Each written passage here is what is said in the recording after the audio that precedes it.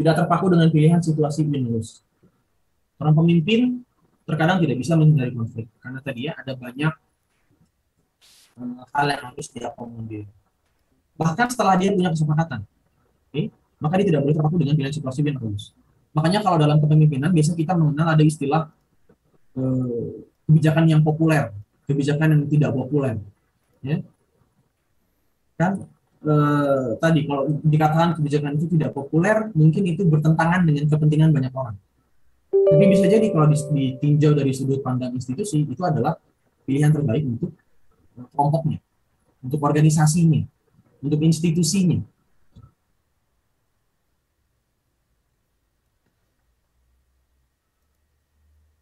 Di saat pandemi, saya tiba-tiba ditunjuk jadi ketua dari gugus kendali. Saya nggak tahu apa itu COVID, saya nggak tahu bagaimana sih kebijakan-kebijakan di bidang kesehatan, di mana sih perhitungan-perhitungan dari bidang kesehatan, ya. Kalau kasusnya seperti itu bisa, ya. Saat kita ada di satu organisasi kita bagus, tapi di organisasi ini kita bisa jadi kepemimpinannya kan berbeda. Selain tujuannya berbeda, situasi yang dihadapi berbeda, orang yang dipimpinnya berbeda, oke, maka skill-skill yang dimiliki juga mungkin nggak akan terpakai. Gitu ya. Walaupun mungkin tadi bisa aja sebuah kepemimpinan itu di bawahnya diisi oleh staff-staff yang sifatnya apa namanya, oke, tuh ada pendapat dari Hendra ya, hati-hati Hendra, bisa tiba-tiba ada yang pakai apa HT di depan rumah ya, oke, pokoknya bisa, intinya bisa dan kita harus apa namanya jeli dalam memilih kepemimpinan itu. Apa karena situasi yang dihadapi akan berbeda, tujuannya berbeda tadi ya, skillnya akan berbeda. Walaupun tadi bisa aja kita menuju seorang pemimpin dari latar belakang yang mungkin berbeda dengan organisasi yang akan dipimpin, tapi dia didukung oleh orang-orang yang punya skill di bidang itu. Oke, misalnya saya tadi ya nggak ngerti kesehatan, disuruh memimpin organisasi kesehatan, ya udah di bawahnya mungkin ada orang-orang dari kesehatan yang paham bagaimana sih kebijakan-kebijakannya, ya. Ada orang dari ekonomi kesehatan yang dia bisa sih kebijakan ekonomi untuk sektor kesehatan. Lalu ada tim dokternya, harus apa aja nih treatmentnya, bagaimana yang bagus. Kemudian ada juga orang yang misalnya di kebijakan publiknya, gimana nih supaya kebijakan yang diambil adalah kebijakan yang memang bisa dipahami bersama oleh seluruh masyarakat. Kemudian nanti saya mengakomodir kebutuhan itu. Saya yang memimpin tim itu, bagaimana mereka bisa mendiskusikan, bisa saling berargumen sampai nanti keluar sebuah apa namanya keluar sebuah kebijakan yang memang pas untuk semua orang. Mungkin aja. Jadi bisa banget Nurul, kepemimpinan itu bagus di satu organisasi tapi dipindahkan ke organisasi yang lain.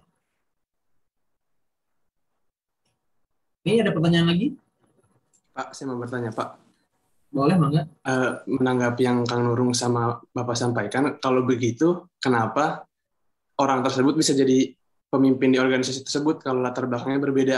Apakah hanya sebagai sebuah simbol atau apa ada hal lain gitu? Itu aja paling. Tergantung dengan struktur organisasinya. Misalnya gini, kalau kita melihat di beberapa negara ada yang punya raja, ada yang punya ratu, ada yang tapi mereka juga punya parlemen, punya perdana menteri, gitu ya. Karena memang mungkin posisi raja, ratu itu adalah sebuah simbol ikon buat mereka. Terlepas dari apakah mungkin dia itu pemimpin yang bagus atau tidak. Lalu itu kemudian diatur dalam sebuah apa namanya diatur dalam sebuah kerangka kenegaraan gitu ya, di mana nanti apa fungsi raja dan ratu itu diatur sedemikian rupa sehingga mungkin yang tidak terlalu banyak perannya dalam kepemimpinan. Ya ada beberapa negara yang saya lihat juga apa namanya raja dan ratunya ya simbolis aja, gitu ya. Kebanyakan yang mengambil keputusan perdana menteri ini bisa aja seperti kepemimpinan dalam organisasi yang lebih luas ya. Kalau kita sudah ngomongin posisi-posisi yang strategis, biasanya itu sudah politik, ya. Itu udah politik. Kalau kita udah ngomongin politik mah susah, gitu ya. Kepentingan-kepentingan yang mana yang mau didahulukan, gitu ya. Mungkin bisa jadi dia dipilih untuk memimpin posisi itu bukan karena memang dia secara mungkin yang paling cepat, tapi mungkin apa dia itu adalah orang yang paling akan didengar suaranya oleh mayoritas orang di sekitarnya. Jadi seperti itu. Ya tinggal bagaimana nanti dia diberi tim yang akan membantu dia untuk memimpin. Gitu ya, bisa jadi.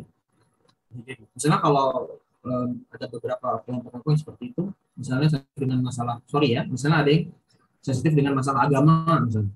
Maka dipilihlah orang-orang yang di pemimpin itu adalah orang yang memang bisa mengakomodir kepentingan itu.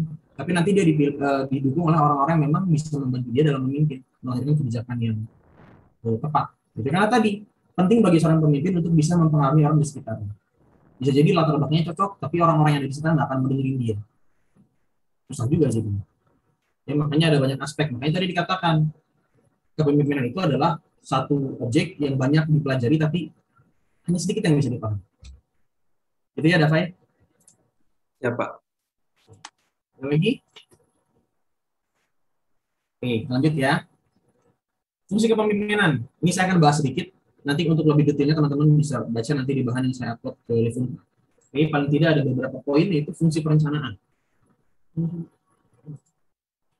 Nah, fungsi perencanaan. Seorang pemimpin itu harus bisa membuat planning yang bagus. Perencanaan ke depan, dia harus visioner. Nanti di pertemuan-pertemuan, kalau saya nggak salah, setelah UTS kita akan bicara gaya kepemimpinan yang visioner. Jadi ya, sifat-sifat yang visioner dari seorang pemimpin. Bagaimana bisa melihat jauh ke depan. Fungsi yang kedua, memandang ke depan. Saat dia memandang ke depan, dia melihat kira-kira akan ada perubahan apa sih? Perubahan-perubahannya seperti apa, lalu apa yang harus dilakukan dari sekarang, bagaimana merumuskannya, apa yang harus disiapkan, masuk ke fungsi perencanaan ini. Sepaket nih, fungsi perencanaan, fungsi memandang ke depan. Lalu ada fungsi pengembangan loyalitas. Seorang pemimpin tadi harus bisa didengar orang-orang yang ada di sekitarnya. Dia harus bisa mempengaruhi. Artinya dia harus bisa menciptakan loyalitas dari orang-orang yang ada di sekitarnya. Terus ditumbuh kembangkan. Oke, termasuk mungkin ada orang-orang yang tadinya kontra dengan dia, tapi dia bisa akomodir, dia bisa ajak diskusi, dia bisa dengarkan kebutuhannya. Akhirnya jadi orang yang pro kepada dia, jadi loyal kepada dia. Banyak kan kasus-kasus seperti itu kita lihat. Oke, seorang pemimpin harus bisa tidak hanya merumuskan kebijakan, tapi dia harus bisa juga bagaimana kebijakan ini supaya tercapai apa-apa aja yang harus diperhatikan. Dia harus mengawasi langsung. Ya, entah itu pengawasan langsung atau tidak langsung. Kalau di perusahaan-perusahaan bisa kita melihat nih, seorang CEO tiba-tiba melakukan sidak ke plan produksi. Ya, kalau kita pikir kan jauh banget ya seorang CEO sampai turun ke pabrik gitu, ngapain? Toh banyak bawahannya. Ya, tapi hal-hal semacam itu kadang diperlukan supaya dia bisa melihat seperti apa sih kondisi real di lapangan. Ya, karena kadang mungkin misalnya dia minta laporan dari kepala pabrik mungkin memberikan laporan yang tidak real karena dia ingin supaya kondisi pabriknya dipandang bagus oleh CEO-nya sehingga posisi dia sebagai kepala pabrik di situ aman. Bisa jadi kan? Makanya perlu. Fungsi pengambilan keputusan, ya ini saya rasa teman-teman paham. Orang pemimpin harus mengambil keputusan. Tadi ya, mungkin harus melalui beberapa kesepakatan, harus mengakomodir banyak kepentingan, melalui kerjaan-kerjaan yang sifatnya materialistis, ya, diberikan bonus, diberikan gaji misalnya, atau non materialistis dengan diberikan jatah libur lebih banyak, diberikan pelonggaran jam. Jadi bagaimana supaya si orang itu bisa mendapatkan kembali motivasi kerjanya, ya, banyak cara yang bisa diambil. Nah, ini nih, prinsip dasar kepemimpinan, itu kalau kita lihat di gambar yang sebelah kiri ya, motivation. Karena akan ada banyak hal yang harus dihadapi, kalau dia punya motivasi yang cukup, ya, banyak yang mengkritik, banyak yang tidak setuju, banyak yang ingin menjatuhkan, kalau motivasinya nggak cukup, bisa jadi dia down. Malas tinggal. Empati ini, karena banyak orang yang dipimpin, dia harus melihat seperti apa sih kondisi yang ada di bawah. Ya, dia mungkin ingin punya tujuan supaya cepat tercapai. Pekerjanya disuruh kerja lembur terus. Tapi dia juga harus berpikir, oh kalau pekerja saya lembur terus, mungkin dia kehilangan waktu untuk keluarganya. Kesehatan mentalnya terganggu. Kesehatan fisiknya menurun, dan seterusnya. Dia punya empati. Decision making tadi ya, dia bisa membuat keputusan yang baik. Self esteem, komitmen, dan juga interpersonal awareness. Nah, makanya seorang pemimpin itu, ya, prinsip dasar yang pertama adalah pembelajar seumur hidup. Jadi jangan karena kita sudah jadi pemimpin lalu kita merasa sudah selesai. Enggak. Justru seorang pemimpin itu harus belajar terus, ya, karena tadi situasi yang dihadapi akan selalu berubah-ubah. Tadi ada yang namanya seorang pemimpin itu harus visioner, dia harus melihat ke depan, dia harus bisa membuat perencanaan. Ini artinya dia harus belajar. Karena situasi hari ini dengan situasi besok atau beberapa jam yang akan datang itu pasti akan berbeda. Apalagi kalau kita misalnya memimpin organisasi bisnis, ya, pergerakan market sangat cepat. Kita harus bisa terus mempelajari itu. Berorientasi pada pelayanan. Ya, jangan ini yang banyak orang salah. Saat dia jadi pemimpin, dia ingin dilayani. Ya. Seorang pemimpin harus bisa memberi pelayanan loh, jangan salah. Oke. Pelayanannya bentuk apa? Melalui kebijakan-kebijakan yang diambil. Tadi ini misalnya ada sifat empati yang harus dibangun. Ya. Dia harus memberi pelayanan dalam bentuk apa? Kebutuhan-kebutuhan anggotanya terpenuhi misalnya. Diperhatikan kebutuhannya. Ya. Ya. Kan. Oke, sekarang lagi zaman tuh, ya, bagaimana birokrasi itu di-cut, ya, supaya semua bisa lebih mudah. Ya, jadi sebagai seorang pemimpin bukan soal dilayani, tapi bagaimana juga bisa memberikan pelayanan. Ya, seorang presiden misalnya melayani kebutuhan masyarakat. Kalau di Indonesia ada 270 juta orang, maka sebetulnya seorang presiden itu adalah melayani 270 juta orang dengan berbagai macam kebutuhan. Melalui apa? Kebijakan yang diambil. Melalui apa? Melalui bantuan-bantuan misalnya. Ya. Melalui program-program. Itu bentuk pelayanan seorang pemimpin. Membawa energi positif. Pernah nggak ketemu sama orang yang kalau misalnya kita ketemu sama dia, bawaan itu malas. Ya. Kalau kita sama dia, vibes-nya itu nggak enak. Ya meskipun dia mungkin so asik sama kita. Nah ini seorang pemimpin terus membawa energi yang positif. Tadi yang ditanya sama Dafa, Pak bisa nggak sih seorang pemimpin itu diangkat padahal latar belakangnya nggak cocok? Ya, bisa aja, mungkin karena dia bisa memberikan energi positif bagi orang yang dipimpin. Tadi, mungkin nanti dibuatkan tim yang bisa membantu dia membuat kebijakan yang sesuai. Itu salah satu. Bisa jadi orangnya pintar, bisa jadi orangnya paham, bisa jadi orangnya capable. Tapi kalau dia memimpin, orang-orang nggak dengerin, orang-orang malas. Makanya seorang pemimpin harus bisa membawa energi yang positif. Nah, beberapa pendekatan kepemimpinan, ini ada beberapa jenisnya. Ya. Nanti saya akan share di level 4 itu ada bagan-bagannya dari pendekatan kepemimpinan. Jadi pertama ada yang namanya power influence approach. Menempatkan kekuasaan baik formal maupun informal. Oke, kekuasaan formal itu misalnya yang memang diatur dalam, misalnya kalau di pemerintahan ada undang-undang, ya, ada peraturan-peraturan pemerintah, ya, ada hak-hak soal boleh ini, dia boleh itu. Kalau informal tadi bagaimana dia mempengaruhi orang-orang yang ada di sekitarnya. Sebagai dasar dalam memberikan pengaruh pada orang lain. Okay.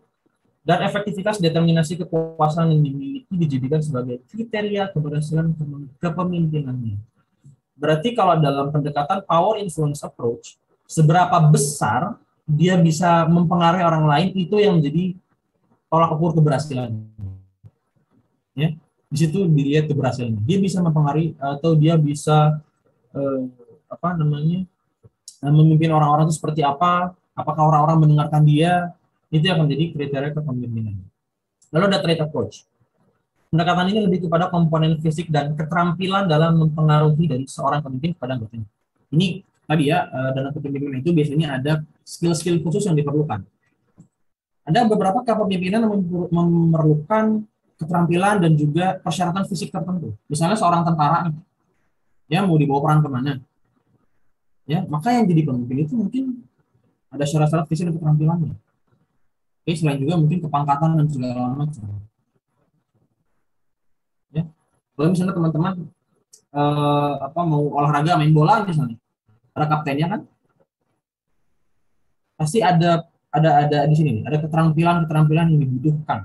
Kenapa dia dipilih? Itu trade approach.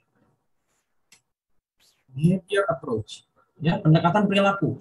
Menempatkan perilaku pimpinan sebagai dasar utama melaksanakan kepemimpinannya dan memperhatikan unsur-unsur lainnya sebagai ukuran keberhasilan kepemimpinan. Oke. Jadi kalau behavior perilaku pimpinan ini yang menjadi modal utama, yang dipandang sebagai modal utama. Pribadiannya, ya, bagaimana dia berbicara dengan orang, body language-nya, intonasi dia bicara, ya, eye contact misalnya. Ini nih yang menjadi tolak ukur. Selain juga tetap ada ya unsur-unsur lain yang juga yang dijadikan sebagai tolak ukur. Situational approach, kepemimpinan yang dipengaruhi oleh variabel situasi di mana kepemimpinan dilakukan. Ya. Artinya determinasi pengaruh yang dimiliki tinggi rendahnya dipengaruhi oleh variabel situasi. Dan variabel situasi itu menjadi ukuran efektivitas kepemimpinan. Dalam menjadi seorang pemimpin, terkadang kita dihadapkan pada situasi-situasi tertentu yang tidak normal. Misalnya kayak sekarang lagi pandemi. Ya, misalnya sekarang lagi pandemi, ini kan kondisi nggak normal. Baik itu sosial, ekonomi, politik, dan segala macam. Kalau kita melihat dari sudut pandang situational approach, keberhasilan pemimpin di situasi pandemi ini adalah diukur pada bagaimana dia menghadapi pandemi ini. Kebijakan apa yang diambil. Dampak dari kebijakan dia terhadap perkembangan pandemi. Jadi tolak ukur efektivitas kepemimpinannya. Ini situational approach. Jadi kita melihat keberhasilan kepemimpinan seseorang itu pada situasi-situasi tertentu yang dihadapi. Ya. Karena situasinya spesifik, maka tidak bisa digeneralisir. Ya, tidak bisa dibawa ke posisi yang lain, tidak bisa dibawa ke kondisi yang lain, berbeda. Lalu ada determinants of behavior. Ini adalah sebuah pendekatan di mana perilaku pimpinan itu terdiri dari tampilan secara fisik, keterampilan, dan sikap. Ini utuh nih ya. Tapi fisik, keterampilan, dan sikap itu dipengaruhi oleh situasi yang dihadapi. Nah, menurut determinants of behavior, personal power atau personal behavior yang di beberapa model tadi dikatakan sebagai unsur utama, itu bisa jadi tidak selalu efektif dalam memberi pengaruh. Ya, bisa jadi orangnya body language-nya bagus, cara bicaranya oke, dia bisa dia orangnya pintar, bisa memahami kondisi dengan baik, bisa mengambil kebijakan yang tepat. Tapi mungkin situasi saat itu tidak mendukung kepemimpinan dia. Ya, tadi kalau kita ngomongin kepemimpinan, biasanya ada masalah-masalah politik. Ya. Nanti kalau kepemimpinan lebih jauh kita bicara juga ada kepentingan eksternal. Oke, kayak misalnya kebijakan sebuah negara bisa jadi dipengaruhi kepentingan negara yang lain. Oke, bisa jadi dong seperti itu. Ya, makanya terkadang personal power dan personal behavior dikatakan oleh determinants behavior ini tidak terlalu memberi pengaruh. Kekuasaan personal dari pemimpin sangat bergantung pada kemampuan atau keterampilan dari pimpinan itu. Oke. Tadi ada yang situasional, gitu ya. Atau kalau bisa kita bicara kepemimpinan yang lebih luas, gitu ya, yang lebih holistik. Biasanya, ya, bagaimana dia mengakomodir kepentingan internal, eksternal, gitu ya. Karena ada banyak tekanan dari sana sini. Jangan salah, kepemimpinan itu ditekan dari banyak sistem. Ya, bagaimana dia mengakomodir itu semua? Terkadang itulah yang menjadi poin paling penting. Ya, bukan bagaimana pengetahuan teoritis dia, bukan dari bagaimana latar belakang dia. Ya, tapi kemampuan dia dalam handle suatu kondisi tertentu. Mengakomodir banyak hal. Makanya di sini kalau determinant of behavior ya mengatakan kita harus melihat situasi yang terjadi saat itu, bagaimana situasi itu mempengaruhi behavior pemimpinnya, baru kita lihat ini dia pemimpin yang bagus atau enggak. Oke, saat dia ditekan dari bawah misalnya, ada gejolak-gejolak di masyarakat, bagaimana dia menghadapi gejolak itu? Oke, atau dia ditekan oleh negara lain, seorang pemimpin negara. Apa yang dilakukan pada saat kedaulatannya sedang ditekan oleh negara lain? Apakah dia nurut? Apakah dia menegakkan konstitusinya? Atau bagaimana? Bagaimana dia bersikap dalam kondisi-kondisi tertentu itulah yang akan nanti menjadi tolak ukur pemimpin. Oke. Nah, ini ada gambar tadi di awal kita singgungnya yang namanya pemimpin itu adalah sebuah proses. Oke.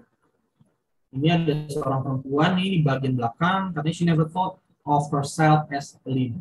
Dia tidak pernah memikirkan bahwasanya suatu saat dia menjadi seorang pemimpin. Bisa jadi ini kita semua nih. Bisa jadi ini saya, bisa jadi ini teman-teman. Saat ini teman-teman mungkin masih seorang pelajar, masih kuliah, masih ya apa? Belum belum jadi seorang pemimpin yang ada di depan seperti ini. Oke. Tapi lambat laun tadi, karena kepemimpinan adalah sebuah proses. Lambat laun kita maju dikit-dikit sampai kita yang di tengah. Ya, dari tengah. Mungkin misalnya nih teman-teman nanti lulus, kemudian nanti bekerja di suatu perusahaan, mungkin baru staf biasa. Maju dikit-dikit jadi supervisor, jadi manajer terus naik sampai nanti menjadi seorang CEO mungkin. Ya. Atau nanti ada yang berkarir di pemerintahan dari staf aja, jadi kepala divisi, lalu mungkin nanti jadi pimpinan sebuah institusi. Oke. Ini adalah proses yang harus dijalani dalam kepemimpinan. Yang penting dalam sebuah proses ini adalah bukan berapa cepat dia sampai ke sini. Tentu pengennya mah cepat, gitu ya, dari yang namanya misalnya staff sampai jadi seorang pemimpin. Kita ingin cepat pasti, karir mah ingin cepat. Tapi apakah dengan cepat itu kita mampu menjadi pemimpin yang baik? Ya, karena itu ada proses di dalamnya. Ya, yang juga penting harus diperhatikan adalah bagaimana saat dia berubah dari sini ke sini, lalu ke sini, itu seperti apa transformasi yang ada di dalam dirinya. Tambahan-tambahan nilai seperti apa yang dia peroleh dari proses itu. Apakah dia belajar banyak? Atau jangan-jangan dia bisa naik karena ada relasi khusus aja. Itu yang dikhawatirkan. Kan? Kita ingin pemimpin kita adalah pemimpin yang benar, bagus, capable, segala macam. Maka untuk kita semua ya, untuk saya, untuk teman-teman juga, kita hargai proses itu. Ya, belajar dari satu skala kepemimpinan kepada skala yang lain. Ya, sampai nanti kita benar-benar akhirnya menjadi seorang pemimpin yang memang definitif. Oke. Itu aja materi kita hari ini. Ya masih banyak sebetulnya yang bisa dibahas, tapi tidak saya tampilkan semua. Tidak saya tampilkan semua di slide. Nanti saya akan berikan apa namanya WIV 4 ya. Slide-nya akan saya upload, lalu juga nanti saya akan ada bahan bacaan. Sedikit teman-teman bisa baca. Ada yang mau ditanyakan sampai sini?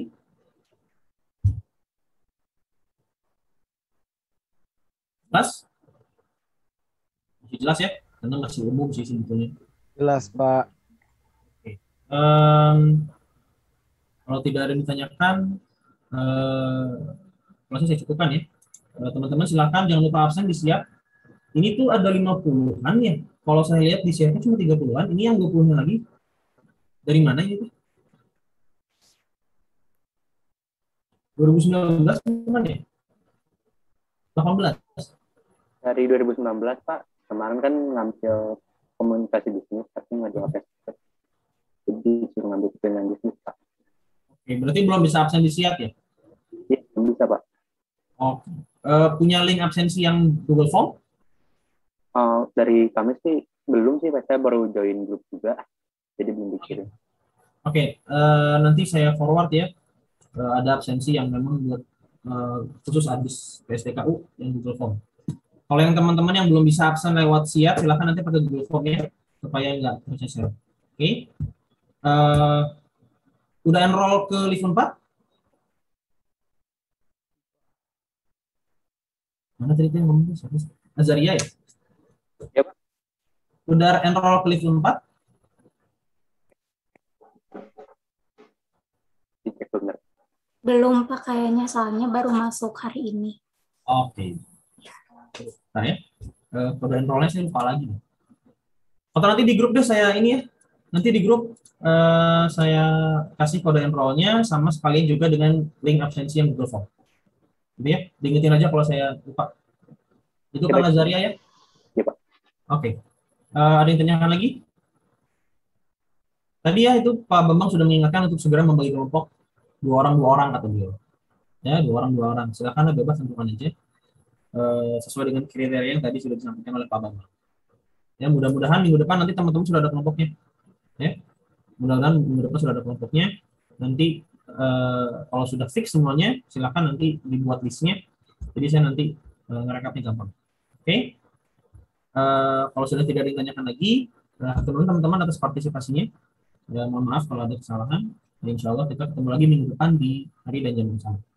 Jangan lupa absen, silakan cek di tempat. Assalamualaikum warahmatullahi wabarakatuh.